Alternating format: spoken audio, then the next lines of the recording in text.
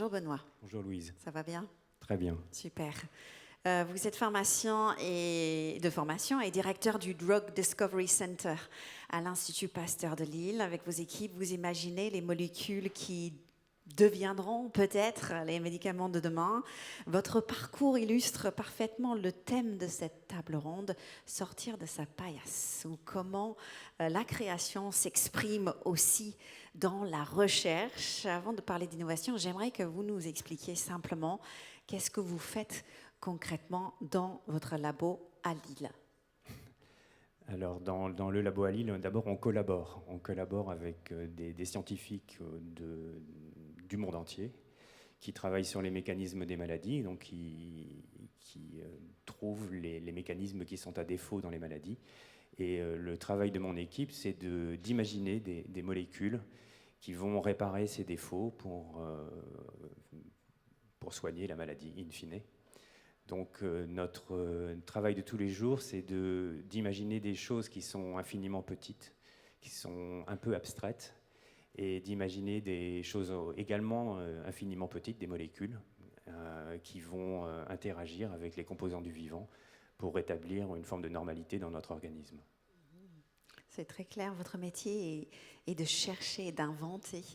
Qu'est-ce qui compte le plus, Benoît, dans votre métier pour innover au quotidien? Alors, avant d'innover, il faut d'abord comprendre. Comme je vous le disais, c'est quelque chose d'invisible, c'est minuscule. Donc, la première chose, c'est avec nos collaborateurs, de repousser les frontières du vivant. C'est-à-dire déjà d'imaginer des choses inconnues auparavant. D'accord.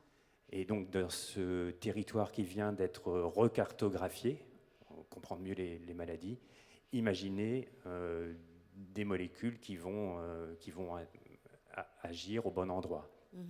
Et donc, d'abord repousser les frontières du vivant, et ensuite cette étape de création, créer quelque chose qui n'existe pas dans l'univers et qui va réparer le vivant défectueux. Et donc, après comprendre, il faut créer, il faut imaginer.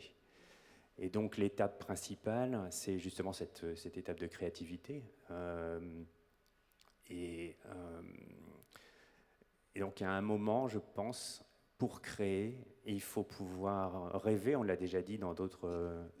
Il faut de la méthode également, il faut un certain état d'esprit pour pouvoir créer aussi. Ouais, il faut de la méthode. Il faut d'abord, comme je le disais, je pense, pouvoir rêver, parce que les choses qu'on crée n'existent pas avant. Bien sûr. Elles sont toutes nouvelles dans leur façon d'être, dans même la façon de les construire. Ça va être innovant aussi à construire.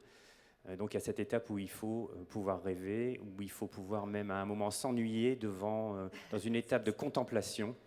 Et je pense que c'est ça qui manque souvent actuellement, c'est qu'on n'a plus le temps de s'ennuyer.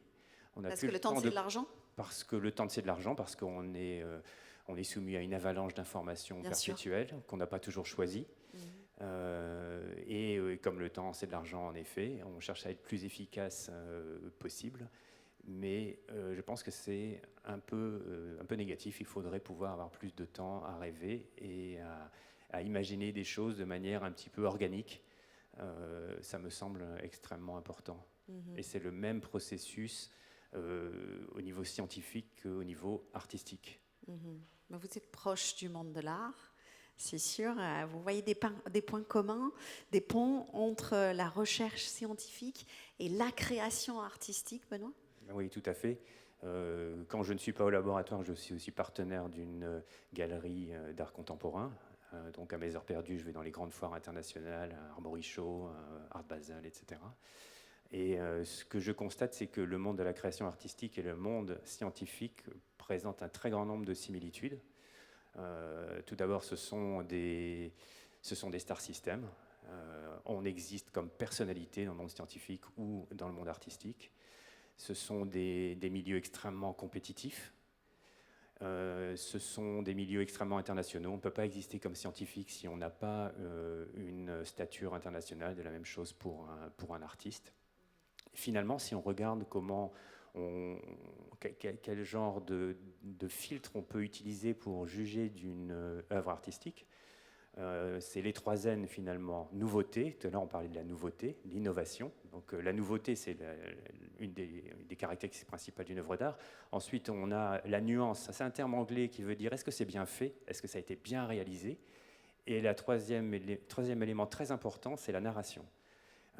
Raconter l'histoire qui aboutit à la création artistique. Et finalement, on se rend compte que dans la création scientifique, dans l'innovation scientifique, on a exactement les mêmes critères de jugement.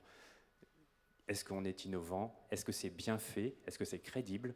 Et finalement, la façon de le raconter va nous permettre d'exister dans une scène extrêmement compétitive. Ce matin, Thierry Dujardin disait que les entreprises devaient s'ouvrir davantage à la création. Vous partagez cette idée? Oui, je crois vraiment que, en tout cas moi comme chercheur, fréquenter les artistes le week-end ou quand je suis en vacances, quand je peux, m'aide déjà à trouver mes pairs dans un autre monde et à essayer d'observer les méthodes qu'ils emploient pour être créatifs dans le milieu artistique. On peut vraiment s'inspirer. Il faut s'inspirer, il faut s'ouvrir, il faut passer du temps avec les artistes. En préparant cet échange, vous avez parlé d'un double constat. L'intelligence est repartie un peu partout dans le monde, mais la recherche, elle reste concentrée dans quelques grands pôles. Comment on explique cela ? Alors, on l'explique par un concept qui m'est assez cher, qui a été finalement formalisé par des chercheurs de l'université d'Amsterdam, dirigé par un chercheur qui s'appelle M. Hetzkovits, et qui l'appelle la triple hélice.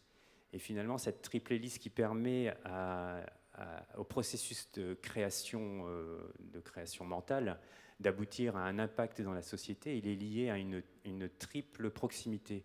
Une proximité géographique, organisationnelle et culturelle entre 3 grands acteurs de nos sociétés. L'acteur scientifique, qui va être à l'origine d'une innovation, l'acteur politique et l'acteur industriel. Et dans les lieux, dans le monde où cette proximité géographique entre ces 3 acteurs est réalisée, donc typiquement Boston, San Francisco, Cambridge, la Belgique, pas loin de chez nous, on a plus d'impact de la recherche, plus de produits innovants et également plus de prix Nobel. Ok. Comment on peut faire bouger les choses? On arrive à la fin de notre échange, mais comment faire bouger les choses, Benoît? Comment donner plus de chance à des territoires comme Lille, comme les Hauts-de-France, à innover autant qu'au Silicon Valley, par exemple?